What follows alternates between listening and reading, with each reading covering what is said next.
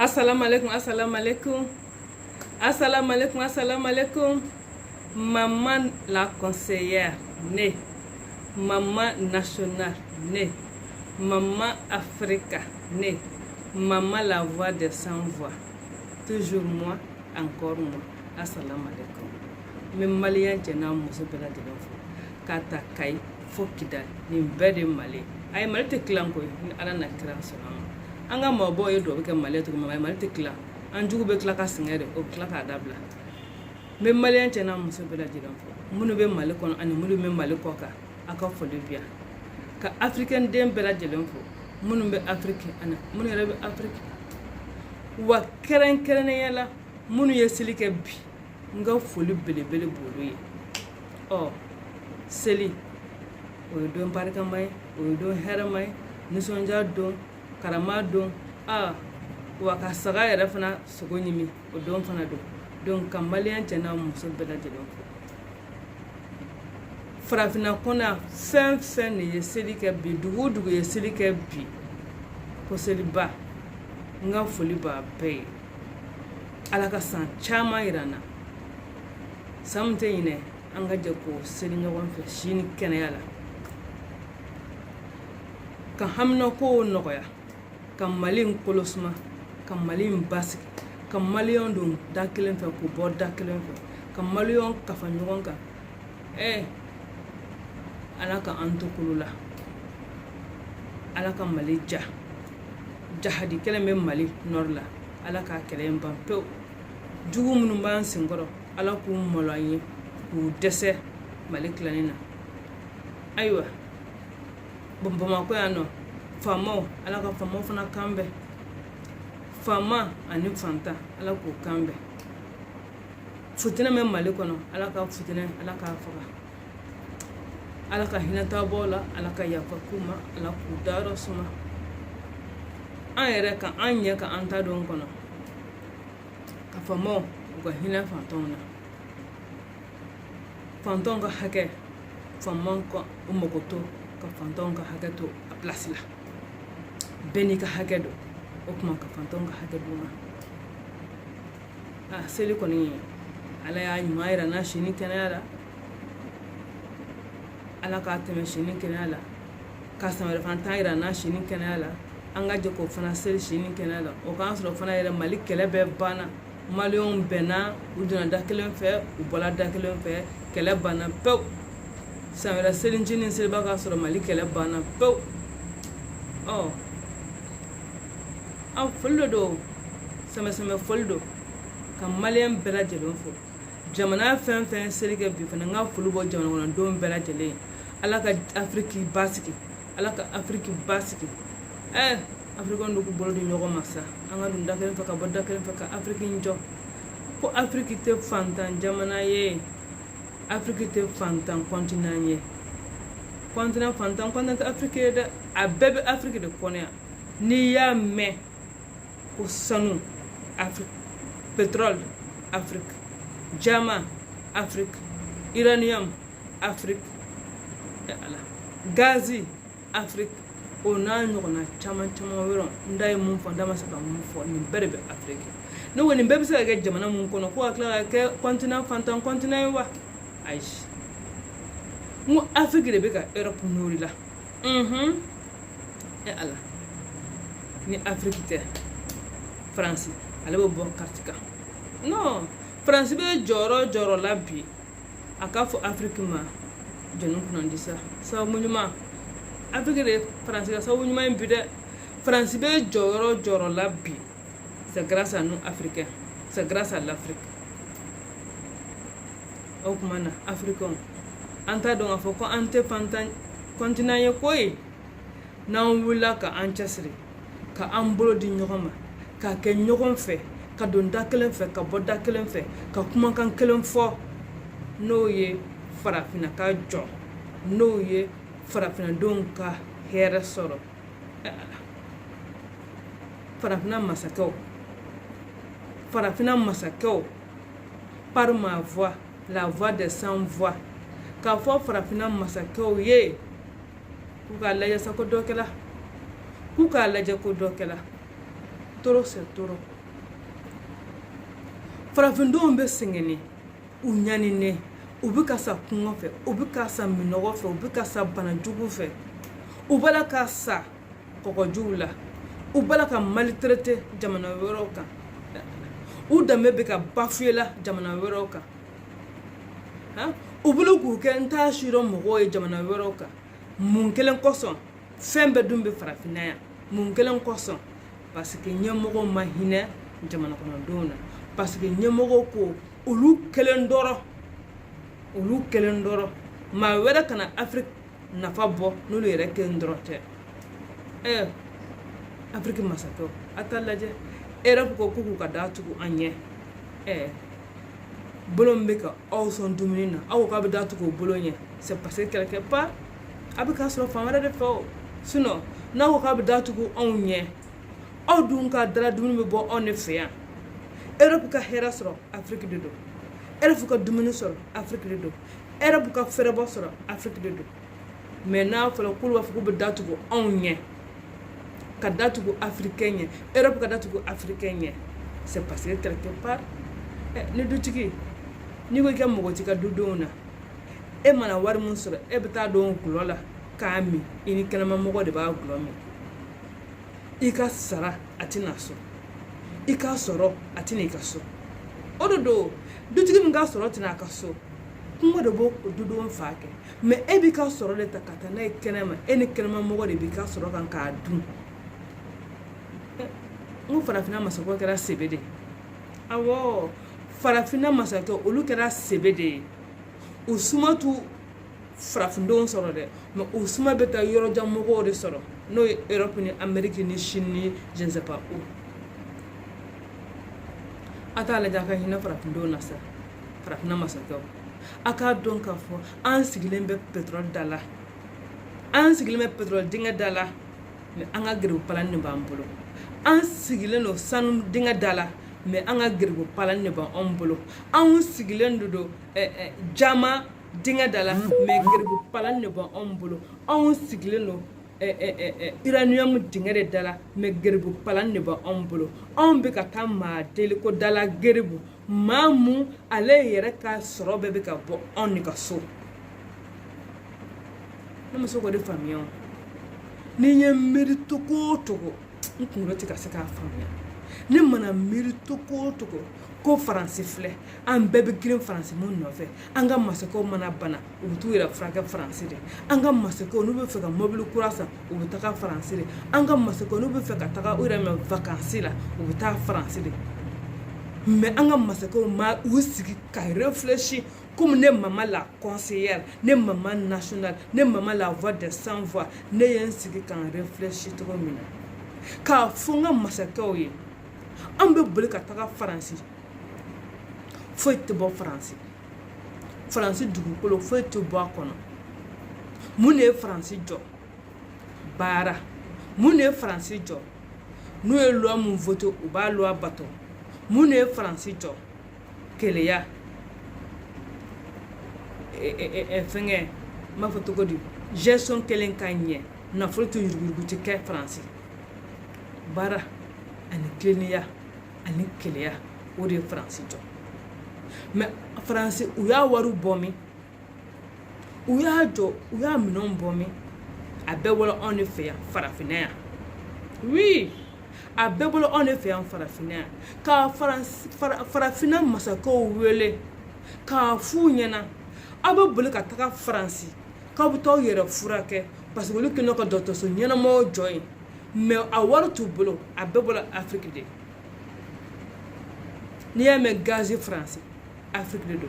n'i y'a mɛn pétrole Faransi Afrique de don n'i y'a mɛn sanu Faransi Afrique de don n'i y'a mɛn ko jama Faransi Afrique de don uranium Faransi Afrique de don a bɛɛ o ye sous-sol le même manger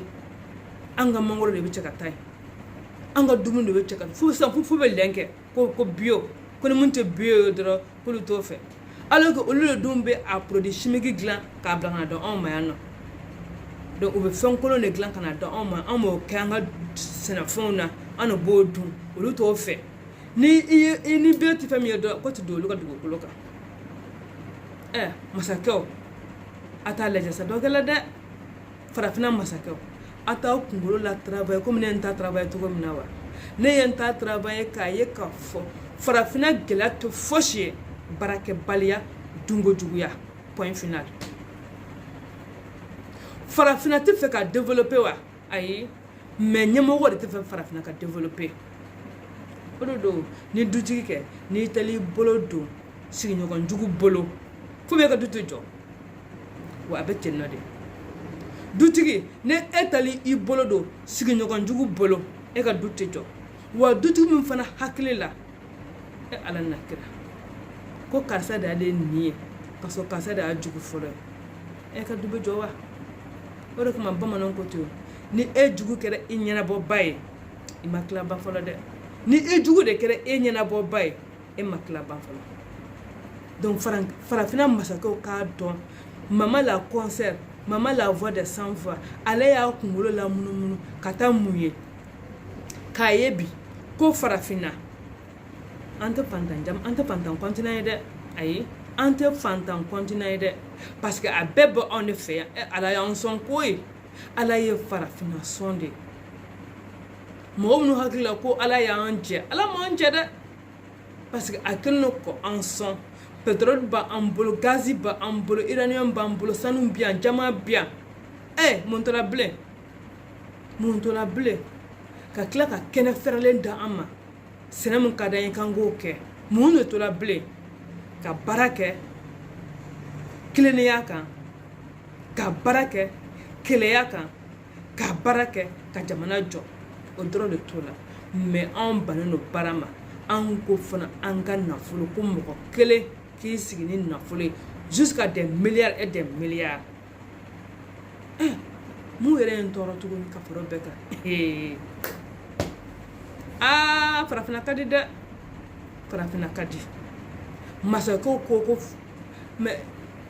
nin démocratie ko ma foyi de faamuya démocratie na anw de bɛ fara ɲɔgɔn kan n'o ye peuple ye ka e sugandi ko ke e bila an kunna ke e ka anw ɲɛnabɔ i ka anw kunkan ko i k'a ɲɛnabɔ e ta kɛ mun ye e sera sanfɛ fanga la mun kɛ dɔrɔn e ko anw mɔgɔ e mɔgɔ k'e ka mɔgɔ foyi tɛ anw jamana kɔnɔdenw na parce que sisan e sigila sɔrɔdasiw ye e kɔ polisiw y'i kɔ gendarmew y'i kɔ ko parce que e tɔgɔ ko institution ne ko institution jamana kɔnɔdenw sɔrɔdasiw kan ka jɔn de lakana institution jamana kɔnɔdenw polisiw kan ka jɔn de lakana institution jamana kɔnɔdenw gendarmew kan ka jɔn de lakana institution min tɛ sigi fanga kunna ka ɲinɛ jamana kɔnɔdenw kɔ parce que k'ale kɛra masakɛ ye ale ka sati jamana kɔnɔdenw na bilen a bɛ accord ta ten n'importe comment a bɛ accord signé ten n'importe comment a bɛ contrat signé yan fɛ n'importe comment a bɛ décision ta n'importe comment o si man tɔɔrɔ mɛ ka tila tuguni ka jamana nafolo jamana sɔrɔ k'o bɛn a kelen dɔrɔn ma a n'a ka denbaya a n'a kabila ani teri damadɔni ayi ne e t'o kabila kɔnɔna na ne e t'o teri damadɔni kɔnɔna na Mali nafolo e b'a ye de sa ou bien i b'a mɛn de mɛ a tɛ cɛ e da kungo bɛ ka jamana kɔnɔdenw fa minɔgɔ de bɛ ka jamana kɔnɔdenw faga banajugu bɛ ka jamana kɔnɔdenw faga an ka dɔgɔtɔrɔso olu langoloyalen don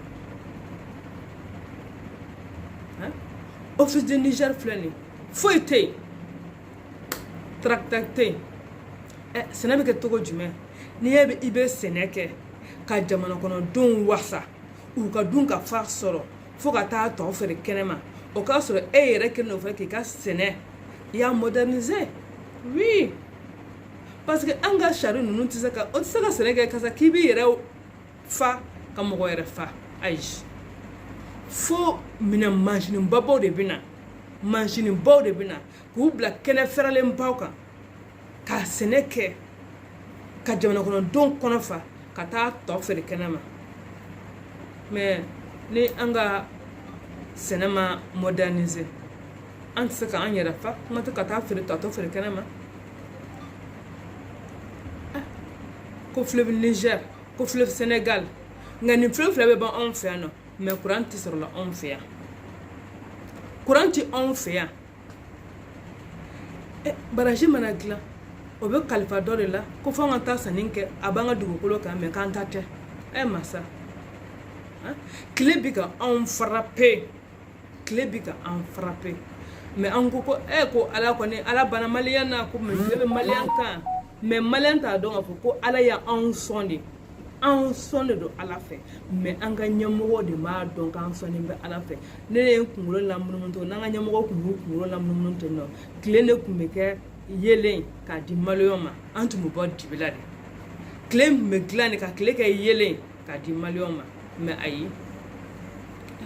maa kelen k'ale ka kɛ miliyardɛri ye su ko ni dugusɛjɛ cɛ k'ale ka kɛ miliyardɛri ye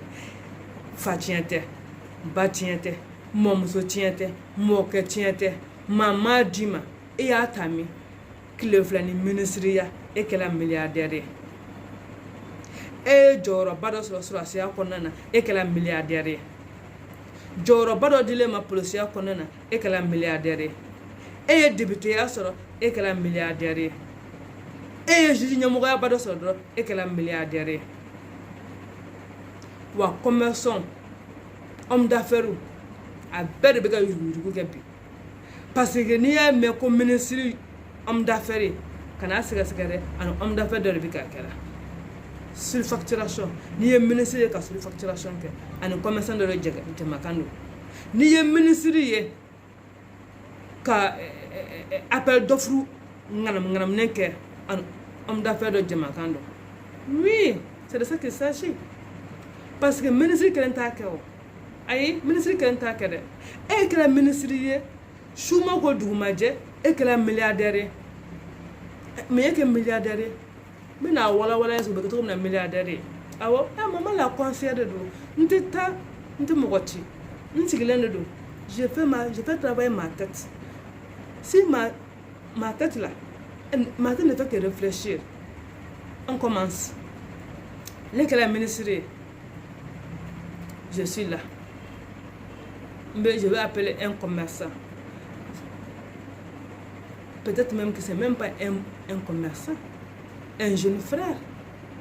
t'as un dossier ɲini dɔrɔn i k'i yɛrɛ kɛ homme d'affaires ye n bɛ marché o d'i ma de marché comment parce que a fɔra ko appel d'offre bɛ kɛ ni marché sera milliard ma mais les marchés de 800 millions 500 millions 200 millions là j'appelle mon jeune frère ma foi na dɔrɔn taa papier ɲini i k'i yɛrɛ kɛ homme d'affaires ye bon voilà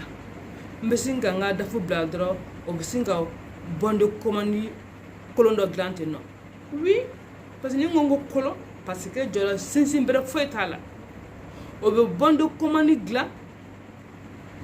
an bɛ sin ka o homme d'affaires n'o y'an dɔgɔkɛ ye n'o y'an cousin ye an b'o wele ka bon de commande don o bolo an mago bɛ ninnu minɛnw de la ninnu livrer an ma ale fana bɛ bon de commande minɛ kana ni facture n'a fɔ ma ko fast facture parce que facture minnu a minɛn tɛna livrer n'a nana n'o facture an b'o signer an b'o d'a ma a bɛ t'i munumunu a bɛ na ni bonne livraison ye bonne livraison mais minɛn bɛ min minɛnw bɛ min bon nin de la an ka wari de bɛ bɔ tan gouvernement kɔnɔ ministre fɛ dafu fɛ directeur de finance directeur de service fɛ papier filɛ mun b'a a justifier mais a minɛn bɛ min wa i bɛ hali contrôler min bila ka t'u contrôler n'o ma kɛ ala ɲɛsiraba ye n'o ma siran ala ɲɛ n'o ma baara kɛ ni ala ɲɛsiranya ye ni ala ɲɛsiranya t'o dusukun na o contrôler fana bɛ mun kɛ mon frère maliko tɛ i tɛ nin minɛ ka bila i kunna i ma ɲɛ min ye rien n'a signalé tout est correct a banna wa maliko in filɛ ko contrôleur an m'a mɛn des inspecteurs de contrôle olu kɛra milliardaires ye sugundu jɛjɛ avec combien de villas 18 villas 15 villas combien de voitures plus de 5 voitures de luxe qui coûtent excessivement cher mali bɛ bɔ nɔgɔ la nin na wa e bɛ taa fana hali ne ko k'e bɛ baara kɛ ni ala ɲɛsiranya ye facture kolon dilanna k'o di commerçant kolon ma o na ni bonne livraison kolon ye mais minɛn bɛ min ni ko nin wari in bɔra dɛ awɔ a bɔra an y'a don nin la a filɛ nin papier filɛ mais ni ko minɛn tɛ ye o bɛ taa minɛn dɔ de yira k'an ye ne san e yɛrɛ b'a dɔn tiki minɛn min yɛrɛ k'u ye ne san i bɛ taa sɔrɔ o minɛn yɛrɛ ye 3 ans 5 ans kɛ fɔlɔ entreprise kɔnɔna na i bɛ mun kɛ quand tu regardes les papiers tu vas dire que tout est correct mais i bɛ taa sɔrɔ a bɛɛ galon bon ne de kama dɔw bɛ kɛ waritigi ten na mara kan ala n ko ne yɛrɛ de mana mɛn maliyɛn b'a fɔ o tuma ne de ye dangaden ye wa tɔw b'a dɔn ne t'a dɔn ne de ye dangaden ye wa a ne fa jamana jɛ nafolo n'i y'o dun wa e kɛra dangaden ye kumasuluden kɔni i kɛlen o yɛrɛ de fana ye awɔ jamana jɛ nafolo n'i y'o dun dɔrɔn i kɛra kumasuluden ye dangadenya ma tɛmɛ o de kan mɛnɛ dangadenya ma tɛmɛ o de kan mais minnu hakili la n'i m'a dun kɛra dangaden ye non n'i y'a dun de i kɛra dangaden ye fo ka fɔ a k'o faamuya de parce que bɛɛ jɛ nafolo impôt sarala taxe sarala dɔw fɛ ko ka jamana de jɔ o de kama i m'a ye ne yɛrɛ ma mun faamuya kan ne bɛna ye sugu kɔnɔna la salon de bɛ sara commerçant fɛ commerçant bɛ salen sara bɛɛ b'a ka salen sara don o don mairie mɔgɔ bɛ taa salen minɛ mais suguba nɔgɔlen sugumisɛnninw nɔgɔlen k'u nɔgɔ fo u nɔgɔ bɛ yɛrɛkɛ quartier kɔnɔ bɛɛ la ka quartier kɔnɔ bɛɛ minɛ sa vari ci la vari tɛ baara kɛ bilen vari mɔbiliw t'a la min a poubelles t'a la min ala de b'o dɔn mɔgɔ si t'o ɲɛdɔn donc o fana bɛɛ kɛra hiru salen bɛ ka taa minɛ commerçant na hali sini u bɛ taa salen minɛ commerçant na mais salen wari a bɛ taa min a bɛ di jɔn ma a bɛ don da jumɛn kɔnɔ a bɛ don sira jumɛn fɛ maa si tɛ wuli ka ɲininkali kɛ mun kan ka t'o contrôler o fana b'a ta ni sɔrɔ a la ale bɛ mun fɔ bilen ayi wa foyi m'an tɔɔrɔ dɛ fo commerçant minnu bɛ ka salen di commerçant yɛrɛ t'a dɔn salen bɛ di kun mun kama commerçant fana t'o dɔn sinon ni commerçant n'aw b'o dɔn k'a fɔ a bɛ salen mun sara mairie mɔgɔw ye u kan ka taa suguba de nettoyer n'o wari ye oui minɛnw de bɛ san ka suguba nettoyer suguba kan ka nettoyer mairie mɔgɔw fɛ parce que commerçant bɛ salen sara de ka suguba entretien kɛ n'a ye oui mais commerçant bɛ salen sara u bɛ n'u sigi nɔgɔ cɛ la u tɛ ɲininkali kɛ an bɛ salen sara a bɛ kɛ mun ye ayi olu t'o ɲininkali kɛ o de kama maliyɛn yɛrɛ mali ka développer a ma nɔgɔn dɛ parce que mali ka développer a ma nɔgɔn dɛ ni mun ko k'a bɛ kuma nin kuma na u b'a fɔ n ye dɔ ka baara tiɲɛ nin kuma na ko n ye dɔ hasi dɛ nin kuma na mais tiɲɛ i ka tiɲɛ fɔ sa ɲɛ ye tiɲɛ min ye a fɔ sa jamana tɛ jɔ ni tiɲɛ ma fɔ koyi jamana tɛ jɔ ni baara ma kɛ koyi wa jamana tɛ jɔ ni donko juguya ma dabila wa jamana si tɛ jɔ ni jamana loi tɛ respecter jamana mun kan a tɛ jɔ parce que loi jamana kɔnɔdenw de b'a ta n'a ta la f'a ka bato ni an bɛ loi ta mais an t'a bato e t'a bato ne t'a bato loi ninnu bɛ ta fɛn de kama o mais n'a ma bato o fɛn tɛ ɲɛnabɔ salen bɛ sara a bɛ kɛ mun ye commerçant t'o ɲini k'o dɔn mairie bɛ taa wari minɛ la don o don a bɛ kɛ mun ye salen bɛ minɛ aw la jɔn minɛ aw ka sugu fura jɔn ka aw ka sugu ɲama kan ka cɛ jɔn b'a cɛ n'aw ka salen de bɛ sara o de kama a bɛ salen sara o de kama a ye salen da anw ma pour que an ka sugu entretien ka dɔn anw ma ka sugu fura ka poubelle bila yen nɔ ɲama ka kɛ poubelle kɔnɔ su mana ko mobile de bɛna ta ka taa o poubelle o ɲama vider oui aw ka salen bɛ k'o de commerçant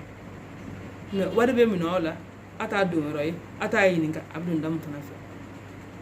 jamana bɛ se ka jɔ cogo jumɛn farafinna joli man nɔgɔn dɛ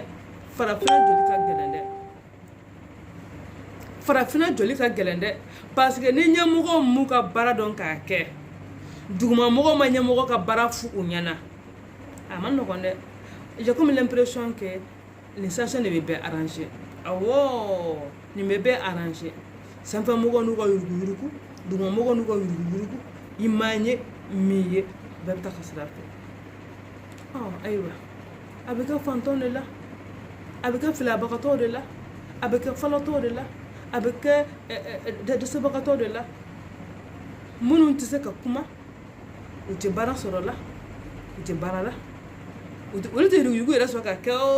kuma tɛ ko ka fɔ ko ka yuruguyurugu yɛrɛ kɛ a bɛ k'olu de la donc problème ye jumɛn sisan farafinna ɲɛmɔgɔ mali ɲɛmɔgɔ a t'a lajɛ a ka hinɛ farafinna denw na a ka hinɛ maliyɛnw na sa dɔ kɛla sa maa kelen miliyari dasilen bɛ ka compte la e balimakɛ bɛ ka sa i kɛrɛfɛ kungo bolo e dun i b'a dɔn tigitigi miliyari min bɛ ka compte la miliyari in tɛ fa tiɲɛ tɛ ba tiɲɛ tɛ i y'a ta jamana kɛse kɔnɔ jamana kɔnɔden filɛ o bɛ ka sa kungo la e ɲɛ b'o la i tɛ fɛn fɔ ne ko ne tali da o conscience k'ale conscience tɛ la dɛ k'ale conscience tɛ la e conscience tɛ courant dɛ i tɛ siran ala ɲɛ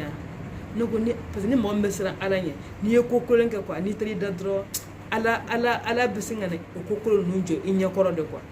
ka kɛ lisi ye e ɲɛkɔrɔ ne ko a tɛ siran ala ɲɛ a tɛ bali nɔ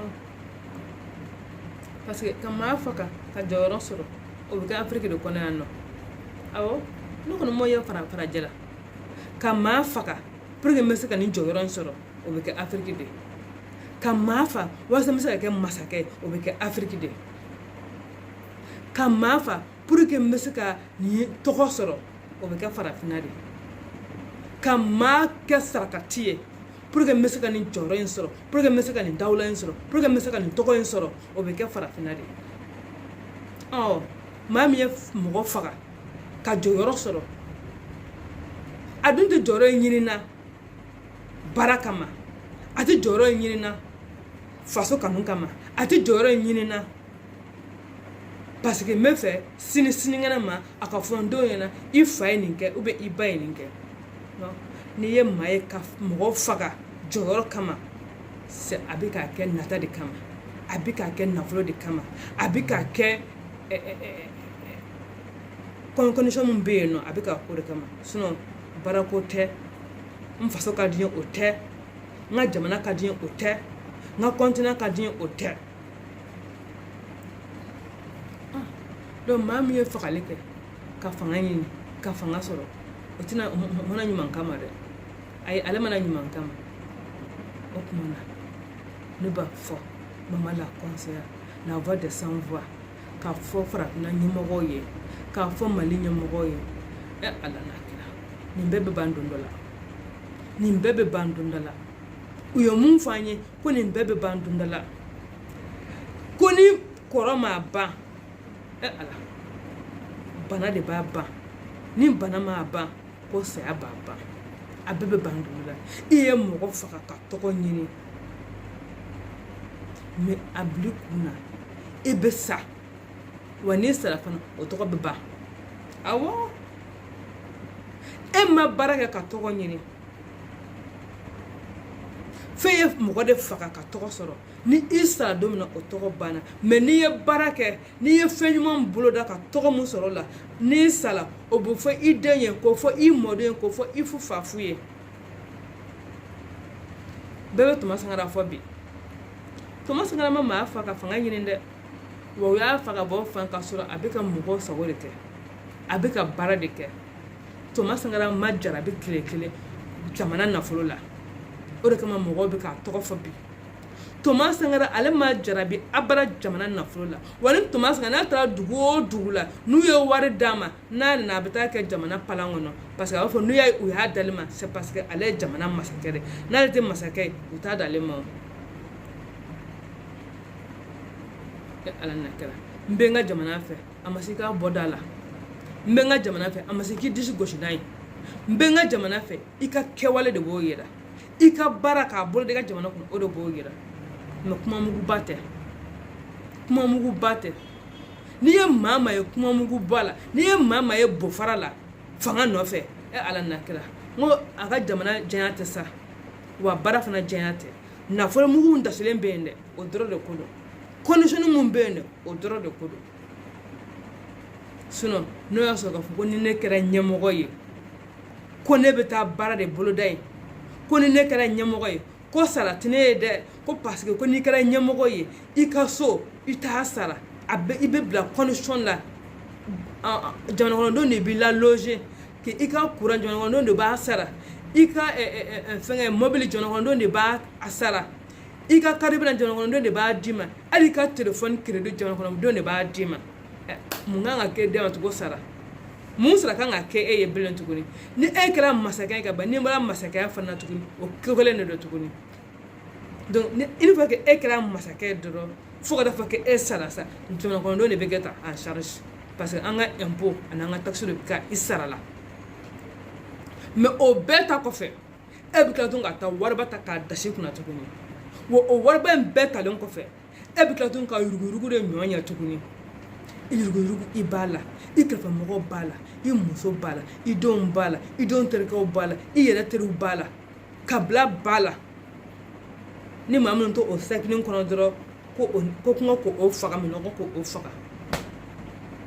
bon aw bɛ ala deli ko ala ka hɛrɛ jigin jamana mun kɔnɔ aw yɛrɛ ti ka sɔn o hɛrɛ jamana kɔnɔdenw ka dɔ sɔrɔ a la o bɛ taa min o jamana in bɛ taa min farafina bɛ bɔ nɔgɔ la cogo di anw ko dɔrɔn de folie de grandeur de bɛ anw na folie de grandeur de bɛ farafinden na folie de grandeur o de bɛ farafinden na fɛn min t'i bolo ko an k'a yira jɛnɛ ko b'an bolo o de bɛ ka an bila sonyɛni ni yuruguyurugu ni namara ni kɔlɔntigɛ la fɛn min se ti ne ne ko fo ɲɛjugu ɲɛɲuman kan ko fo n k'o de sɔrɔ ne ma taa maa fa n b'a kɛ cogo di ne ma taa sungurubaya kɛ n b'a kɛ cogo di ne ma taa jamana nafolo ta n b'a kɛ cogo di o de don e ɲɛjuru ka ja n'i ka sɔrɔ ye wajibi bɛ sonyɛni kɛ e ɲɛjuru ka ja n'i ka sɔrɔ wajibi kalabanciya kɛ e ɲɛjuru ka ja n'i ka sɔrɔ wajibi e bɛ alakota kɛ wajibi e bɛ alakota kɛ parce que i ɲɛjuru ka ja i ka sɔrɔ ma maa min ye san bakɛ kɛ k'a so jɔ e ko tile kelen k'e k'o so jɔ ne ma taa sonyɛni kɛ e bɛ mun kɛ ne ye san 10 kɛ n bɛ ka baara kɛ o san 10 baara k'a fara ɲɔgɔn kan ne na so jɔ e nana o ye tile kelen e ko f'e k'o ɲɔgɔn jɔ tile kelen ne ma taa sonyɛni kɛ e bɛ mun kɛ ne ye san 10 baara de kɛ ka sanu san e nana o ye ne kan na e ko f'e k'o san tile kelen ne ma taa sunguruba kɛ e bɛ mun kɛ ne ye san 20 kɛ baara la ka mobili san e y'o mobili ne bolo tile kelen e ko f'e k'o ɲɔgɔn san sisan ne ma taa surfacturation bolo da i bɛ mun kɛ ala ne ko jamana jɔn masa ninnu u t'a lamɛn jamana jɔn mɔgɔ olu banna wa ka jamana jɔ o den tɛ Mali kɔnɔ bilen tuguni ya bɛɛ de nana bɛ yɛrɛ jɔ la bɛɛ ko n ka n yɛrɛ jɔ n ka villa 120 jɔ n ka mobili 120 san n ka bɔ sanu kilo 120 ye Mali n tora ne la sisan. Mali n bɛ ne kɔnɔ sisan. Yɛrɛjɔ, yɛrɛjɔ, beaucoup de villas, yɛrɛjɔ, beaucoup de voitures, yɛrɛjɔ, beaucoup d'or, yɛrɛjɔ. Malijɔ tɛ yen bilen. Milliardaire. Massa, milliardaire. Bɛ ka milliard compter. Mais yɛrɛ b'a dɔn i ni Ala cɛla la. I bɛ ka milliard mun compter, i halala ta si ye. Non, i halala tɛ, i yɛrɛ b'o dɔn. Fa tiɲɛ tɛ, ba tiɲɛ tɛ. I m'a sɔrɔ tiɲɛ ye, teri m'a d'i ma, jɛɲɔgɔn si m'a d'i ma, fo fantanw ka nafolo. O de b'e bolo, e bɛ ka gorodo kɛ n'o ye, k'e ye milliardaire ye. Hali homme d'affaires minnu m'u ka milliard sɔrɔ tiɲɛ kan. Awɔ, parce que mɔgɔw b'a fɔ homme d'affaires ye waritigiw ye, commerçants ye waritigi ye. Commerçants, wallahi, n bɛ n ka bitigi de kɔnɔ yan nɔ. Ne b'a dɔn mun bɛ commerce la. Wallahi, ne b'a dɔn mun bɛ commerce la. Ka taa fɛn san Chine 1000, ka n'a feere Mali la 2000, hali n'i y'a feere 4000, wallahi o tɛ se ka mɔgɔ si kɛ milliardaire ye su ko ni dugusɛjɛ cɛ. An ka tiɲɛ fɔ ɲɔgɔn ye, an ka wuli ka bɔ yan. An ka tiɲɛ fɔ ɲɔgɔn ye, an ka wuli ka bɔ yan. Ka taa Chine ka taa minɛn san 1000, ka n'a feere Mali la 4000, o tɛ maa si kɛ milliardaire ye. E m'a ye de. E m'a ye de. U b'a fɔ n'i ye jamana nafolo, jamana marché kelen sɔrɔ dɔrɔn k'i t'a ɲɛna. U yɛrɛ ko ten. N'i ye jamana marché kelen sɔrɔ dɔrɔn k'i t'a ɲɛna. Jamana marché kelen, o bɛ maa ta ɲɛ. E t'a dɔn k'a fɔ ko o ye haramu ye. E t'a dɔn ko o ye haramu ye. Parce que o b'u ta ɲɛ cogo di? Jamana marché, milliard bɛ ta k'a di e ma. K'i ka nin fɛn livrer jamana ma. A tɛ livrer jamana ma. Milliard bɛ bɔ cogo min na, a bɛ tilan ten u ni ɲɔgɔn cɛ. K'e t'a ɲɛna. Haramu, i bɛ k'o de dun na. K'e t'a ɲɛna. Nkalon kan. I ta ma ɲɛ dɛ. I ta de bɛ ka tiɲɛ na. Parce que e bɛ ka fantanw ka hakɛ, i bɛ k'o de dun na. Donc o tɛ taa ɲɛ, o ye ta tiɲɛ de. Falatɔ ka fɛngɛ tiɲɛ, e bɛ ka falatɔ ka tiɲɛ, i bɛ k'o de manger la. O tɛ taa ɲɛ, o ye ta tiɲɛ de. Maa si tɛ wari sɔrɔ ten du jour au lendemain. Comme ça là, jamais. E ma baara kɛ, e ma foyi kɛ. Tilengan gelen fɛ, ka bɔ étude la kɔfɛ ka na dɔrɔn tilengan gelen fɛ dɔrɔn, e kɛra ministre ye dɔrɔn, paf. Monsieur est devenu milliardaire. Paf. Madame est devenue milliardaire. Madame fait gros dos maintenant. Je suis milliardaire. Faut dire que tu es un voleur, un bandit, un vagabond. Voilà, c'est ça qu'il s'agit. Oui, parce que au bêta, des petits voleurs, tous les blancs, parce que mon bal, les nyani, le taureau, hein? Des gens qui n'ont volé que des millions, ou bien d'autres millions à bord. Les 100 000 francs chien, et puis t'as cassé là. Il m'a la moto chien qui fait 300 000 francs, et puis t'as cassé là. Ni un mobile chien, et puis t'as cassé là. Pendant ce temps, deux balles à milliards chien là. Nous voilà, faut dire le sol au wolo là. Ni je le sol au wolo là, ou stock à dire de l'homme, millions d'euros. Parce que quelque part, on veut gagner un milliard chien là. Donc on va clamer de l'union contre millions d'euros. Hein, hein? Que ni te dangadem na ne ta chien. De dangadem. Jamana na folo chien. Ka to di jeli ko ka jeli soin. Ko ka to nyine ki bi to sa. Dangadem be temoka. Parce que ti saira folo ala ba bo la jiandu ko kan folo.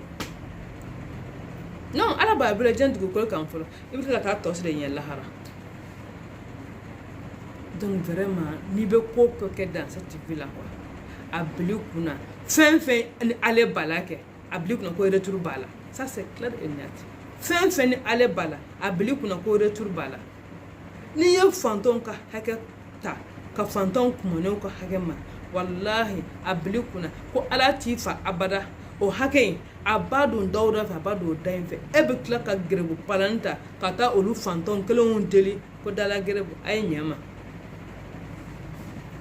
No ma ka fio e nyana ma nyana ni tala lahara I don be grebu palanta iko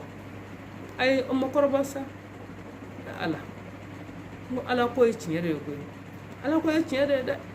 wo ala te flay ala e kelem pe wa fɛn fɔla ala ko la wuli balde do a bɛ se ka kɛ wajukɛlaw b'a fɔ ka exagérer mais hakɛ le karma là ça existe bel et bien, ça existe bel et bien. Karma kɔni ay bamananw ko ten ko n'i ye hakɛ mɛnɛ dɔ la k'a talen bɛ berekɛnɛ ɲini karikɛyɔrɔ la ka na berekɛnɛ a bɛ ka t'o ɲini a b'o kari ka na n'a nafa n'a y'i frappé a t'i loupé dɛ a t'i loupé a b'i frappé de fo i fufa fu la jamana bɛɛ fantanw dɛsɛbagatɔ filiyabagatɔ olu bɛɛ ka hakɛ e kelen b'o ta k'o dun k'o k'i sago ye ko foyi tɛ b'o la ko parce que ko se b'e ye walayi foyi tɛ bɔ a la parce que fantanw tɛ se ka fosi k'i la mais jabaru masa le dernier juge, le juge des juges, le procureur des procureurs ale b'a susu kunna diɲɛ dugukolo kan fɔlɔ en commençant avec des maladies inexplicables a bɛ bana sidɔnbali dɔ ta k'a cu kan e yɛrɛ b'i yɛrɛ ɲininka ni bana in bɔla min i b'a furakɛ furakɛli tɔgɔ sugu bɛɛ la i ye so minnu namara k'olu jɔ i bɛ tila ka to k'olu feere moins cher la k'u bila vente aux enchères la au moins offrant e tɛ k'o plus offrant mais au moins offrant parce que n'a fa ka san i ka se ka t'i yɛrɛ furakɛ n'a ma bana sidɔnbali bile la a bɛna gɛlɛya dɔ ta k'o bili sanfɛ o gɛlɛya in sa ayi i b'i ka dugukolo bɛɛ feere sa gɛlɛya in tɛ bi ka bɔ i kan fo saya bɛ taa s'i ma bon yanni saya ka s'i ma sa i wari in b'a bɛɛ don o la sa fo saya in ka s'i ma ayi ni e kɔni sara ka a wari ni kelen ci kɔfɛ a bila i kunna k'a fɔ i denw bɛna ɲɔgɔn kunkolo foroko bɔ a wari nɔfɛ dɛ i denw ka balimaya bɛ tiɲɛ a wari nɔfɛ i denw ka sinjiya bɛ tiɲɛ a wari nɔfɛ i denw tɛ ɲɔgɔn kan fɔ a wari nɔfɛ parce que wari in bɛ kɛ balawu de i denw ni ɲɔgɔn cɛ wari in bɛ kɛ tasuma de i denw ni ɲɔgɔn cɛ wari in bɛ kɛ volcan ni i denw ni ɲɔgɔn cɛ donc e taar'i da mais i lafiyalen tɛ dɛ parce que i denw ti ka hɛrɛ i ka nafolo min i y'a ɲini togo jugu la a bɛ ka i denw funteni ka kɛ ɲɔgɔn na c'est de ça qu'il s'agit. Ne maman la concerne, maman la voix de sans voix, maman Africa, maman nationale. Je suis maman la conseillère, le conseil de Dieu. Car parce que le ti, famo ka don wallahi ni ye drome kelen ta, jamana nafolo drome kelen ni ya ta, wallahi haramun ya ta. Haramun do de i ka haramun ta parce que fantôme be kungo bugu faga a ko de toi e ye drome kelen mun ta o drome kelen be ka do be ka dɛsɛ ka furakɛ i ye drome kelen mun ta dɛ o drome kelen be ka to dɔ be ka sa kungo na e ye drome kelen mun ta dɛ o drome kelen de be ka to o be ka marifa ci dɔ la nord la yen nɔ parce que ne kun m'o drome kelen ta o drome kelen kun bɛ taa kɛ ka kɛlɛkɛminɛnw san ka di sɔrɔsiw ma o bɛ taa jamana kuma bɔ n'a ye nord la mais e be k'o drome kelen mun ta ne o de b'a to mɔgɔw bɛ ka sa nord la donc haramu i kɔ kelen bɛ haramu ye k'i ɲɛ kɛ haramu ye k'i kɛrɛ kɛ haramu ye k'i ka denbaya bolo haramu kan i da haramu i wuli haramu mon Dieu e b'a fɔ k'e bɛ seli k'e bɛ ala deli ko yafa tigi ala ko hinɛ tigi ala mais ala bɛ hinɛ maa la de maa min bɛ ka hinɛ a duguma mɔgɔw la ala bɛ hinɛ maa la maa min bɛ ka hinɛ a mɔgɔninfinɲɔgɔnw la ala bɛ hinɛ maa la maa min bɛ ka hinɛ a kɔmɔgɔw la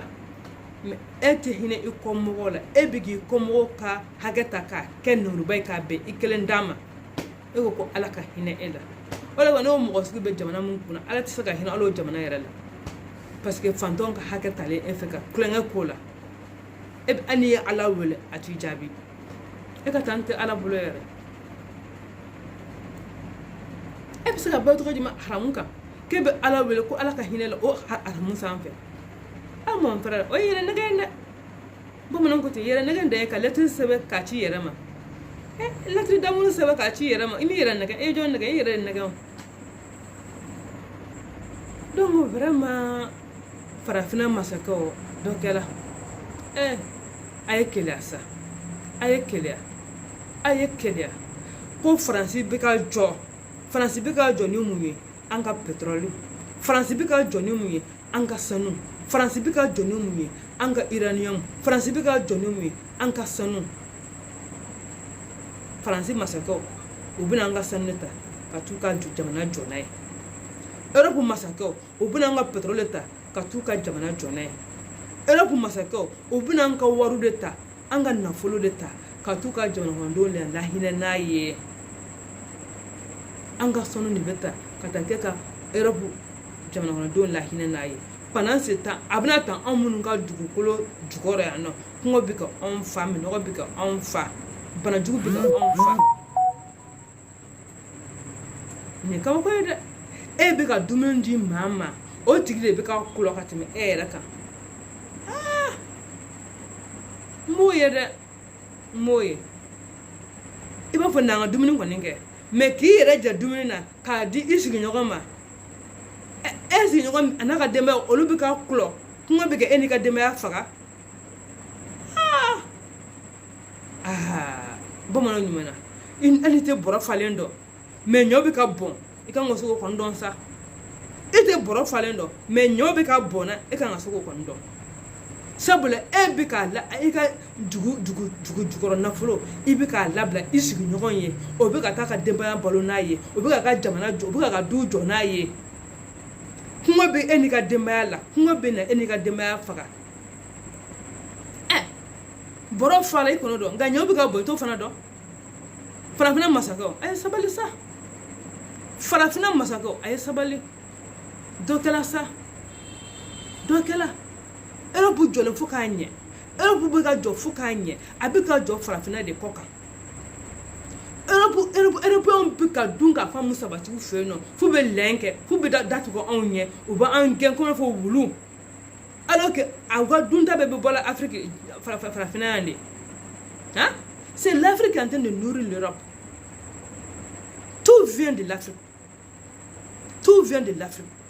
manger pétrole habillement parce que an ka coton an de bɛ coton sɛnɛ ka taa n'a ye olu b'a yɛlɛma ka kɛ fini ye ka tila ka n'a feere a ma da gɛlɛn na ka kɔɔri sɛnɛ ala han an ka bagan golo o de bɛ taa Europe ka taa kɛ samara ye ka tila ka n'o feere anw ma da gɛlɛn na yan hali an tɛ golo yɛrɛ sɔrɔ yɛrɛ an ka samaraw ye synthétique de mana u bɛ mana de kɛ samara k'a nana dɔn anw ma yan nɔ mɛ an ka golo min to yen u b'o kɛ sama ɲuman ka dugu yɛrɛ sɛnɛ ye toro c'est toro toro c'est toro farafinna masakɛw toro c'est toro mɛ nin bɛ dɔ fɔ ɲa ye ka dɔ fɔ ɲa cɛlakaw fana ye parce que farafinnadenw fana tɛ sɔn baara ma o de don o de ye farafinna to kɔ baarakɛbaliya dunko juguya o de ye farafinna to kɔ baarakɛbaliya dunko juguya o de kɛlen don ka farafinna to kɔ sinon fɛn bɛɛ ala ye farafinna sɔn hɛrɛ sugu sugu bɛɛ la pétrole ala y'o da anw ma sanu ala y'o di anw ma jama ala y'o di anw ma uranium ala y'o di anw ma o n'a ɲɔgɔnna caman ala y'o bɛɛ di farafinna ma aw ko halisa ko ala b'anw kɔ ka tila ka tile d'an ma a ye tile d'an ma mɛ an tɛ ka se ka tile yɛrɛ exploiter sinon ka tile to anw kunna ala est ce que an kan ka se dibi la wa ka tile to anw kunna est ce que an kan ka farafinna kan ka si dibi la wa mɛ tile bi ka an frapper an bɛ si dibi la farafinna masakɛw dɔ kɛla dɛ aw bɛ kɛ milliardaire de pour quelle raison e ye milliardaire de i sigiɲɔgɔn kɔngɔ bɛ k'o faga la e ye milliardaire de i sigiɲɔgɔn bana bɛ k'a faga la i ye milliardaire de i sigiɲɔgɔn minɔgɔ bɛ k'a faga la o milliardaire a bɛ mun de ɲɛ e ye de a bɛ mun de ɲɛ i ye ne hakili la ni adamaden n'a y'a da dumuni sɔrɔ a bɛ ka siyɔrɔ ɲuman sɔrɔ ka fɛrɛbɔ sɔrɔ ka mobili 1 2 sɔrɔ ça suffit mais e de b'i ka compte k'i ka compte inondé d'argent ka sɔrɔ ka na waso fɛn suyɛnnen fɛn namaralen e bɛna waso n'o de an tɛ sunɔgɔ bilen koyi an bɛɛ ɲɛ wagalen don an bɛɛ bɛ diɲɛ kalama farafinna masakɛw a ka ɲi tan sa ça suffit a ye wuli a ka keleya Europe la sa a ye keleya aw ɲɔgɔn minnu bɛ Europe masakɛw bɛ ka Europe jɔla de pour que farafinna masakɛw tɛ farafinna jɔ Amérique masakɛ bɛ ka Amérique jɔla pour que farafinna masakɛw tɛ farafinna jɔ Américain dɔw bɛ baara la dɛ mais farafinna denw tɛ sɔn baara ma Europe dɔw bɛ baara kɛ la dɛ mais farafina dɔw ko k'u tɛ baara kɛ baarakɛbaliya dunko juguya o de bɛ ka farafina tiɲɛ baarakɛbaliya dunko juguya o de bɛ ka farafina tiɲɛ n'an ma wuli ka baara kɛ ka dunko juguya in dabila ka jamana in jɔ an bɛ dɔ kɛ nin kuma muguba in na dɛ wa kuma muguba in tɛ jamana jɔ dɛ ayi kuma muguba in tɛ jamana jɔ dɛ ne o tɛ jamana jɔ ne o tɛ jamana jɔ dɛ f'an ka wuli an ka baara de kɛ ka baara kɛ ka dɔ bɔ dunko juguya in na oui corruption surfacturation namara ni kalontigɛ ni yurugu ni namara ani injustice l'injustice loi bɛ ta on a dit en constitution que nul n'est au-dessus de la loi. On peut la loi ta et vous mettez quelques-uns au-dessus de cette loi là. Depuis la constitution est violée là. Mais machine au fond. Depuis la constitution a bafoué là, a violé là. Parce que la constitution nul n'est au-dessus de la loi. Mais la loi contre l'enrichissement illicite là. Et ni ministre il be shoni ke kisaka mine ni président il be shoni kisaka mine ni juge il be shoni kisaka mine ni député il be shoni kisaka mine ni police nyomo il be shoni kisaka mine ni militaire il be shoni kisaka mine et on a dit nul n'est au-dessus de la loi o kuma jamana kono quelle constitution terre mais la constitution a été violée la constitution du Mali a été violée cette loi a violé la constitution du Mali. Donc, on peut appliquer tout le monde jamana yɛrɛ kɔnɔ dɛ. Donc, on peut appliquer tout le monde jamana kɔnɔ. Ala nakira. Jamana kɔnɔ don ka sigi en 92 ko bɛɛ jɛ fanga n'o ye démocratie bɛɛ jɛ fanga an k'an sigi ka constitution ka wari ba bɔ ka constitution sigi sen kan k'a sɛbɛn kɔnɔ article 1 nul n'est au-dessus de la loi. Aw bɛ taa loi dɔ ta ka dɔw bila au-dessus de cette loi là. Depuis hier, mais au loin. C'est nul. C'est nul. C'est nul. Mais on a fait ça quand on bolo bri en haklikan. On a fait quand on bolo bri en haklikan. Constitution, loi bête malin kono, a bébéta une constitution fait. Constitution est reflet de la loi bec. Donc loi c'est qu'à tamalé kono ka foko kasata. Mais depuis là, depuis y a loi voté, la loi c'est nul parce que à te constitution bateau. Constitution à tout bâton, donc la loi c'est nul. Nous de fois on a dit député du peuple, mais député député du pouvoir. En mettant la flic député, mais nous c'est député blanc, ils deviennent des députés du pouvoir. Ils ne sont plus des députés du peuple, mais députés du pouvoir. Sinon, on a trop du même. On peut la loi, qu'on a sentala, qu'on nous sentala, abolo jonka. A vous le dire c'est ça. Constitution a été violée depuis lors. Donc, au loi, c'est nul. Nul. Au moins, nul. Ministre, il y a un wari chien. À quoi on va le boire de n'enka. Député, il y a un wari d'où il can le boire de n'enka. Soit il y a un wari, il can le boire de n'enka. Parce que la constitution a été nul n'est au-dessus de la loi. Nul loi mettre la taka double au-dessus de cette loi. Donc, au loi, c'est nul. Aux lois, c'est nul. Donc là, ça. Donc là, ça suffit là. Kabiri abaga dogo la fosan ka ke kele ka ko fente bola. Mon bese ka mali milliard chien. Ko o la to bololu san fe. Ala ko be fa ke ministry parce que ni mbola mbala ntisa ka mine ni mbola fanti mine. Observe to godi. Pendant ce temps, on peut faire France,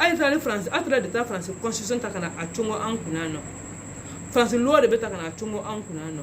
Mais français, on peut présenter encore au mineno. On peut ministre quand vous mineno. On peut député au mineno. Ah, il faut qu'on m'aille en potique. La demande, on dit que c'est tout côté. Mais Malik a sa mouille. On connaît. Et la loi des gens. Donc, ce serait la loi du plus fort. Ministre de député au Bourg de Rana. C'est la loi du plus fort. On peut policer dans Jamana. Donc, maintenant, les Jamana, les Malais au Congo, Malais au Congo, et en gala de ça. Donc, là, ça. Hein? On a la direction à la carrière du Malais. Pendant ce temps, d'autres cocolombe kato, à la direction à la carrière du Malais. Quel est tu me faut qu'il dalle? Car qu'il dalle bla, Kanagawa, Katomotumine. kana Segu ka mobti minɛ Segu a bɛ ka taa san Sikaso a bɛ sɔn san Kulukoro bon Bamakɔ mais o Batɔɔma ni ɲɛmɔgɔ tɛ ka dɔn k'a fɔ ko nin bɛɛ injustice de dɔw fantɔw ka hakɛ dɔw bɛ ka fantɔw kuma n'u ka hakɛ ma ko o manger fu kan ten nkalon kan ten namara kan ten nɔ ko fɛn tɛ bɔ a la parce que quelque part ale ye loi dɔ ta k'a yɛrɛ protéger ka loi ta k'i yɛrɛ protéger pour que i bɛ se ka dunni kɛ cogo min na ayi mais i yɛrɛ protéger kɛ tu peux te protéger contre la loi des hommes mais pas la loi de Dieu hein. Le bon Dieu là il est le juge suprême, le procureur suprême et il est le défenseur des il est le défenseur des opprimés. Wallahi ni ala jɔrɔ dɔ d'i ma n'i y'a kɛ ka ɲɛ i kunna jala mais n'i y'a kɛ ka tiɲɛ i kunna goyala wa fo parce que c'est de génération en génération ayi est-ce que fantɔn ka hakɛ dun sa k'e ka hɛrɛ sɔrɔ e kɔ ka hɛrɛ sɔrɔ sa o se ka kɛ cogo si la donc o de tun bɛ ne bolo bɛ k'a fɔ an ɲɛna san caman ala k'a yira n'a si ni kɛnɛya la san min tɛ ɲinɛ ye ko ala ka nin k'an san fɔlɔ ko ala kana kɛ an san laban ye ayiwa 2022 seliji na seliba o k'a sɔrɔ tiɲɛ yɛrɛ la ala yɛrɛ sina ten nɔ ka maa ɲɛnama jigin k'o kɛ Mali ɲɛmɔgɔ ye ka maliyɛnw fana ka changer ka maliyɛnw fana ka mentalité fana falen ka maliyɛnw hakili fana falen an ka kɛ fasoden ɲuman ye an ka kɛ fasoden ɲuman ye an ka jamana in jɔ ka dɔ bɔ dumuniba in na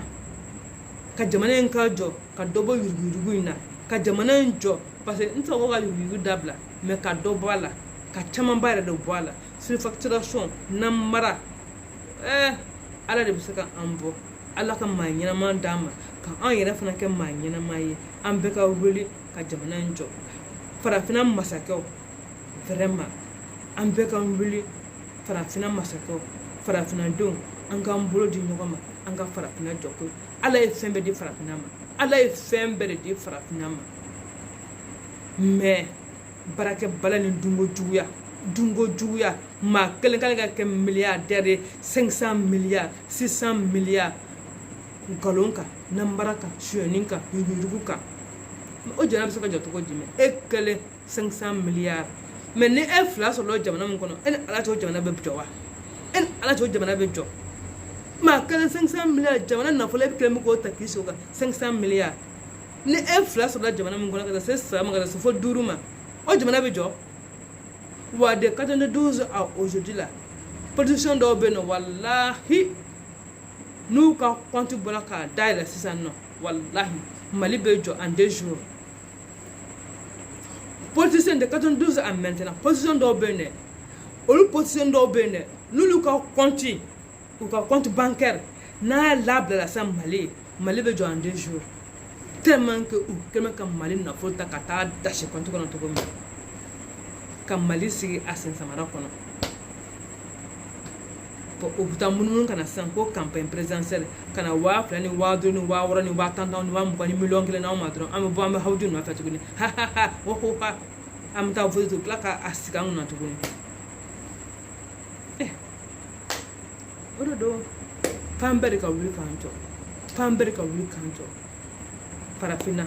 an bɛɛ k'an bolo di ɲɔgɔn ma k'an ka farafina in dilan continent européen fɛn bɛ farafina a tɛ continent européen kɔnɔ fɛn bɛ farafina a tɛ continent américain kɔnɔ fɛn bɛ farafina a tɛ continent asiatique kɔnɔ ni farafindenw y'u bolo di ɲɔgɔn ma ka wuli k'u jɔ baara kan ka dɔ bɛ dunko juguya in na farafina bɛ dilan yanni farafindenw ka kɔ tigɛ ka taa kɔfɛ walahi kɔfɛmɔgɔw de bɛ kɔ tigɛ ka na farafina Europe de kan ka na farafina Américains de kan ka na farafina mais farafinden man ka bɔ ka taa aventure la parce que ala y'an sɔn fɛn bɛɛ de la mais baarakɛbala ni dunko juguya de kɛlen bɛ ka an to kɔ n'an wulila ko karisa don ta karisa bɔ ta karisa tɛ dɛ anw yɛrɛ de don parce que nous sommes pas solidaires